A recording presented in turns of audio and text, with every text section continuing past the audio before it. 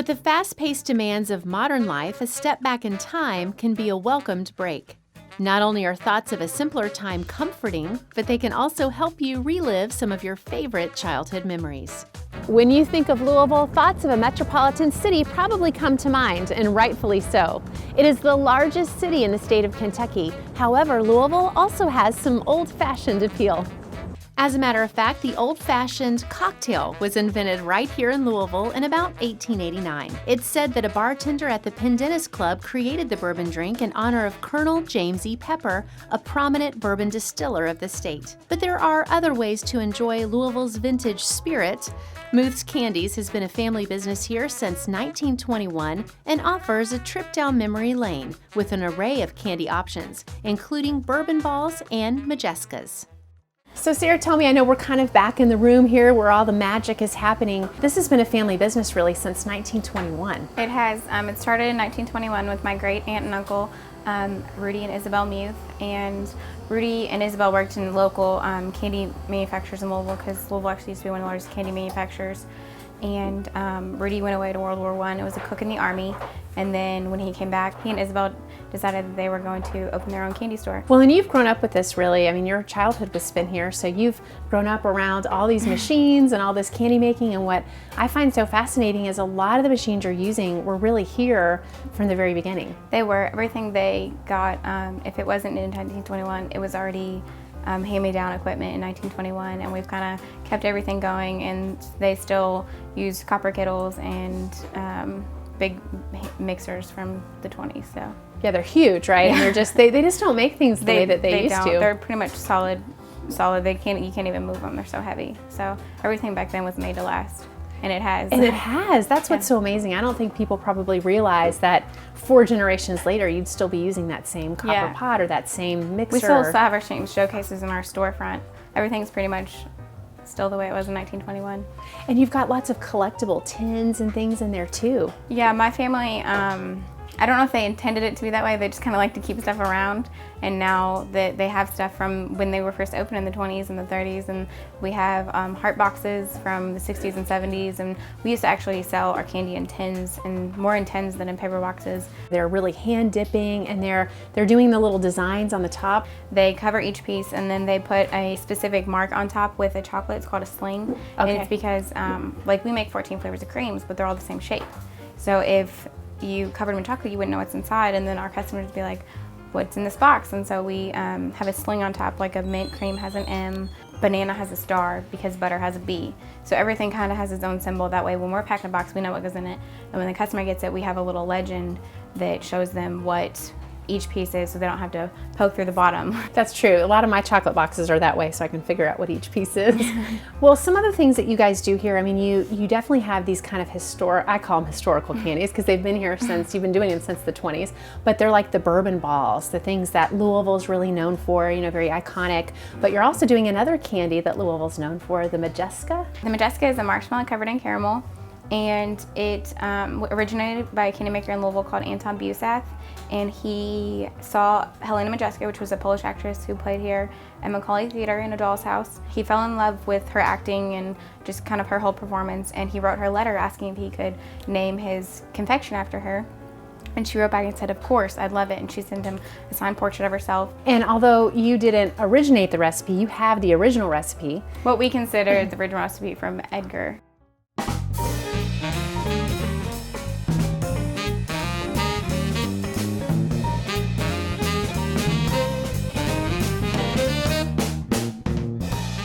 It's not just these historic candies that will give you a blast from the past, but there are plenty of other sweet treats from your childhood here too. However, candy is not the only way to remember those days from your youth. Louisville's also home to a famous baseball bat. And nothing says nostalgia like America's favorite pastime. The Slugger Museum offers visitors a way to reconnect with ball games of the past. So Chris, we are in a really interesting room here. We're just flanked by all these wonderful bats. Talk to me about this room. So this is the bat vault. This is what we call the Fort Knox of Louisville Slugger. So when a player comes in and wants to create their own bat model, what they do is they give us the specifications and they create a blank like these that you see here. And these blanks are used to make the copies that they go out and swing in the major leagues. Wow. Well, and there have been quite a few baseball celebrities that have come through these doors, haven't there? Yeah, we've had all kinds of legendary baseball figures come through here. We've had Ted Williams come in several times. He's famous for having very sensitive hands, so he would know exactly if a bat was made properly or not. You can tell within a fraction of an ounce whether or not a bat was actually accurate to what it was supposed to be. And there were some times where he was better than our instruments and would know exactly if something was made properly or not. But we've had all kinds of other Hall of Fame level players come through, Tony Gwynn, Andre Dawson, all kinds of great players that have come through here. Well, and you guys are still making bats the old-fashioned way, right? You can kind of see that on the tour. Right, so when you come to the Louisville Slugger Museum and Factory, the first thing that you see when you come in on the factory tour is the way we used to make bats, all the way from the 19th century when Bud Hilrick made the first bat for Pete Browning in 1884, made it by hand on a hand-turning lathe. And all the way up until really the 1970s and 80s, we were hand-turning bats for major league players. And so that's the first thing we want people to see when they come in and see it, is how we used to make bats for over 100 years. Of course, it's all automated now for the professional players because those things are, those machines are very, very precise to within fractions of an ounce. But we still like to make sure people know where we came from. Sure. Well, and there's a lot of history here. I mean, there's nostalgia just going in and seeing how the bats were made, but you've got other elements that have a lot of vintage feel to them. We have some amazing pieces here. Most people are familiar with Babe Ruth, and we have one of the most significant pieces of baseball history here.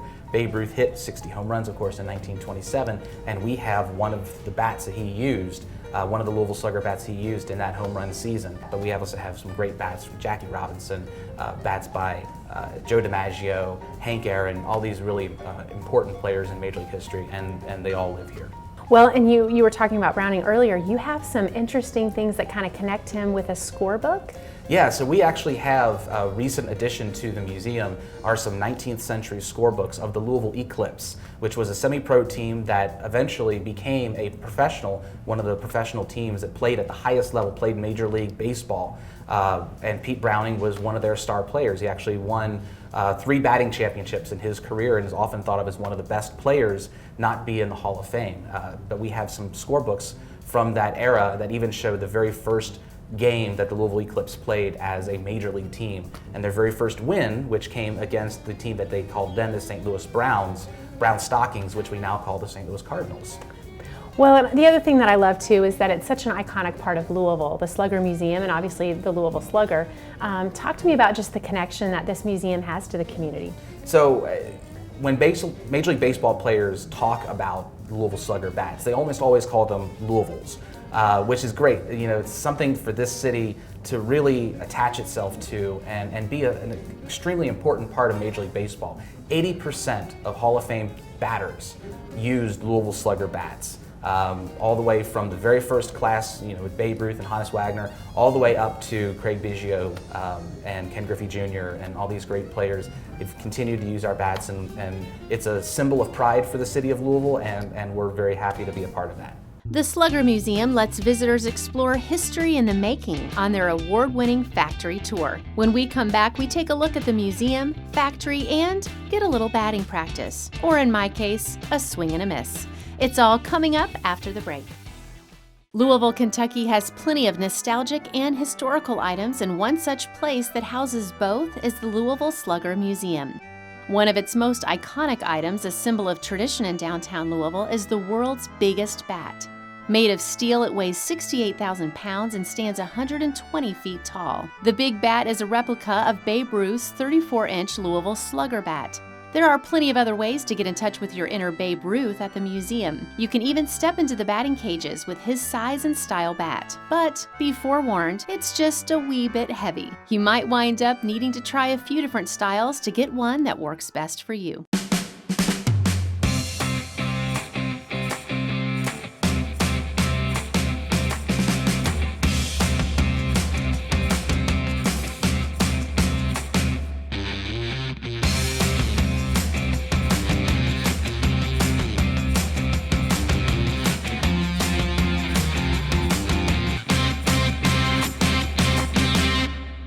Having a few misses at the batting cages only makes your respect for these baseball legends even greater. A tour of the Grand Slam Gallery allows visitors to see the Louisville Slugger bat Babe Ruth carved notches in for every home run he hit with it during his record-setting 60 home run season in 1927. Along their signature wall, childhood memories are sure to come flooding back as you see the thousands of signatures that have been burned into a Louisville Slugger baseball bat. However, my favorite part was their world-famous factory tour, where about 1.8 million bats are made here each year.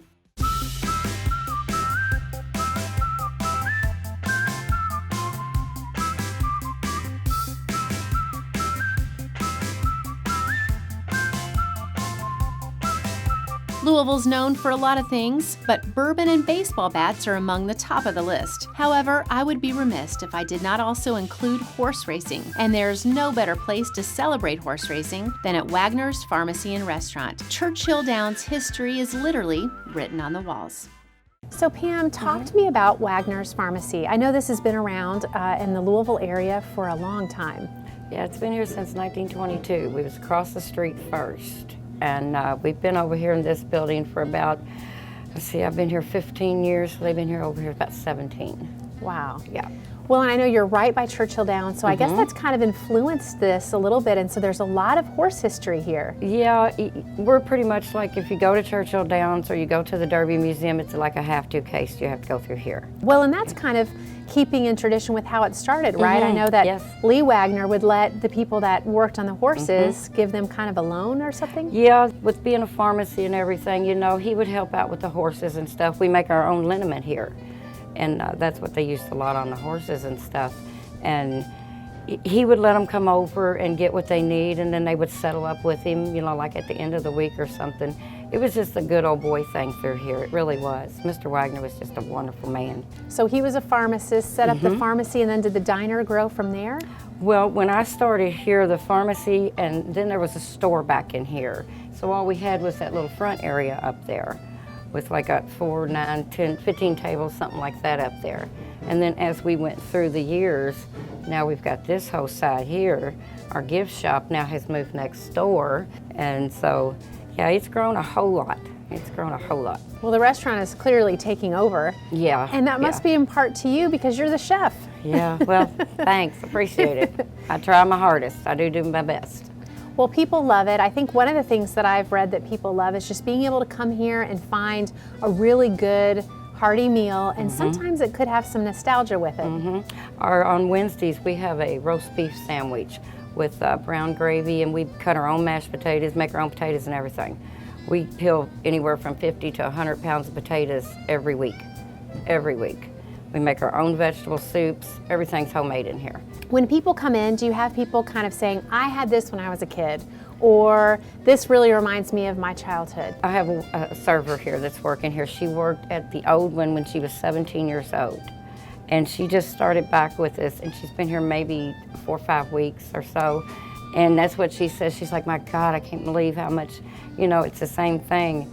And we'll have customers come in, bringing their grandkids in, and tell me, you know, I was this age when I come in and sat on the same stool. You know, so it's like, wow, you know, it's pretty cool. And you're serving some of the same things, right? Yeah, too? pretty like much. Fried bologna sandwich, I know is a big one. Yep, fried bologna sandwiches, they love that stuff. I mean, you can't find really fried bologna anywhere. Well, and you have people lining up to use this as a facility for television too, right? I mean, you've been in a couple movies and a Throwdown with Bobby Flay. Yep, we've had Zimmerman's been in here, and Man vs. Food, he's been up in here. Yeah, we've been in a lot of things up in here. A lot of people want to come in just to film, you know, just to film. We've had a radio show, 2 radio shows up in here. Yeah, it's been wild. It's been a wild 15 years for me.